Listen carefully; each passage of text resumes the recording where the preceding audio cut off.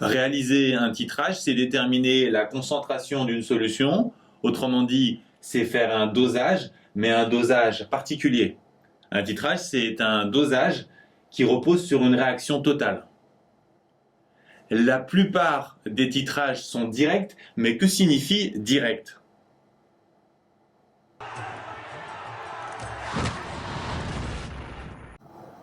Comme indirect, un titrage direct fait des dégâts, il détruit directement et complètement la solution dont on cherche la concentration. C'est pour cette raison qu'on en prélève un petit échantillon.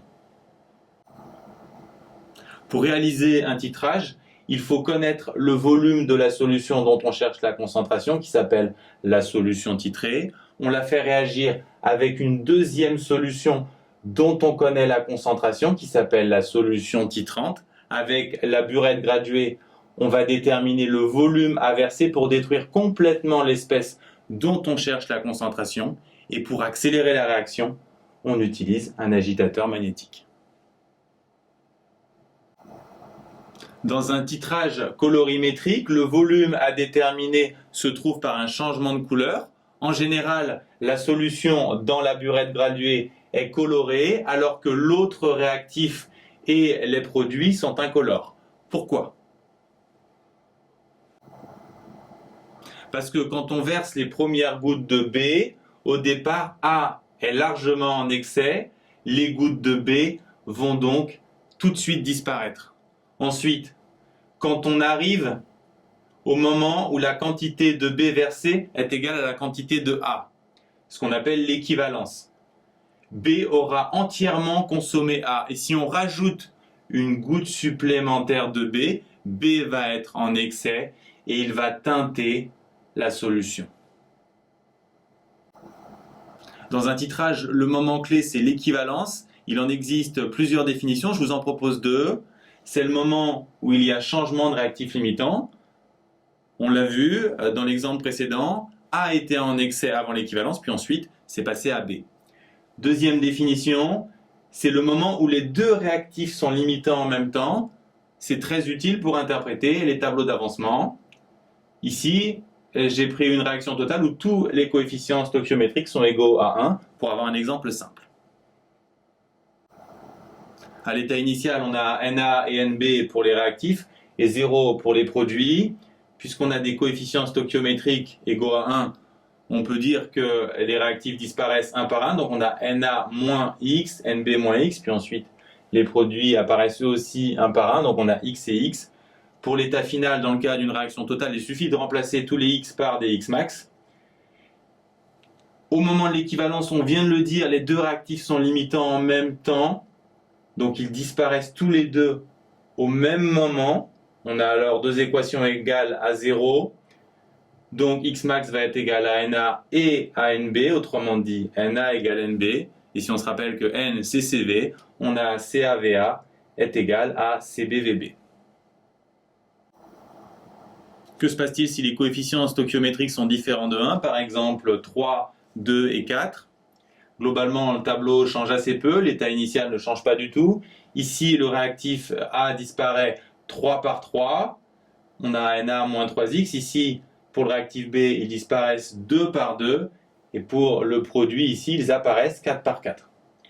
Pour l'état final, il suffit de reporter ces coefficients. On a ici ces deux équations qui donnent X max égale Na sur 3 et X max égale Nb sur 2. Et donc on a Na sur 3 égale Nb sur 2. Et finalement, CaVa sur 3 égale CbVb sur 2. Autrement dit, on retrouve les coefficients stoichiométriques au dénominateur de la formule. Comment adapter tout ça dans un exercice? Regardons sur un exemple. On veut titrer 20 ml de thiosulfate à l'aide d'une solution teintée de diode. On nous dit qu'on observe le changement de couleur quand on a versé 12,5 ml de diode. Et on nous demande de déterminer la concentration initiale Ca de thiosulfate à partir de l'équation suivante. On construit le tableau d'avancement. On fait très attention à l'état initial, à qui est A, qui est B. Ca, on nous dit que c'est la concentration initiale de thiosulfate. Donc, on aura Na ici et Nb là. Bien sûr, 0 pour les produits. Les ions thiosulfate disparaissent par 2, donc on a Na moins 2x. Ici, NB moins x, 2x et x. Pour l'état final, bien sûr, on remplace tous les x par x max. Vous devez l'avoir compris maintenant, à l'équivalence, les deux réactifs sont limitants en même temps. Donc on a x max égale NB, mais aussi x max égale Na sur 2. On a donc NB égale Na sur 2, puis CBVB égale CAVA sur 2. On en déduit que CA, c'est 2CBVB sur VA. Et on fait l'application numérique pour trouver 0,125 mol par litre.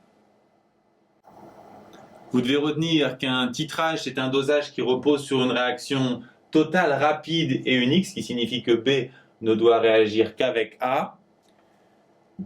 Vous devez connaître au moins une définition de l'équivalence. On a vu qu'on peut le définir par le moment où il y a changement de réactif limitant ou le moment où les deux réactifs sont limitants en même temps. Un titrage colorimétrique est un titrage où l'équivalence est repérée par un changement de couleur. Il existe d'autres types de titrage et la différence se trouve là, sur la manière de déterminer le volume à l'équivalence. Si on a une réaction de titrage avec des coefficients stoichiométriques A et B, on a démontré qu'on peut établir une relation entre concentration et volume, où on trouve les coefficients stoichiométriques au dénominateur. Vous pouvez utiliser directement cette formule, mais on peut vous demander également de la reconstruire comme ici à partir du tableau d'avancement.